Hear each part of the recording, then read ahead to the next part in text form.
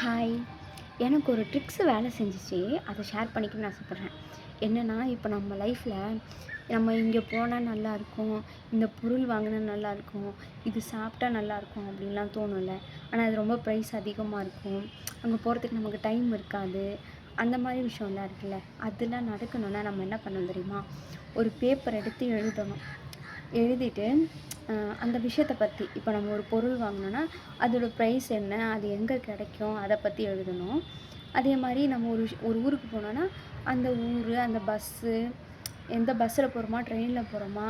அத பத்தி ஒரு பிளான் குட்டி குட்டியா ஒரு ஸ்டோரி மாதிரி எழுதி வச்சுட்டோம்னா, அது கண்டிப்பா நமக்கு நடக்கும். எனக்கெல்லாம் நடந்திருக்கு. அத வச்சு தான் நான் சொல்றேன். எனக்கெல்லாம் ஏதாவது ஒரு ஊருக்கு ட்ராவல் பண்ணணும்னா, நான் முன்னாடியே அத பத்தி பிளான் எழுதி வச்சுருவேன். அதே மாரி எனக்கு ஏதாவது ஜுவல்ஸ் வாங்கணும்னு தோணுச்சுன்னா, நான் அத பத்தி குட்டி குட்டியா எனக்கு இந்த மந்த்ல வாங்குனா நல்லாயிருக்கும்.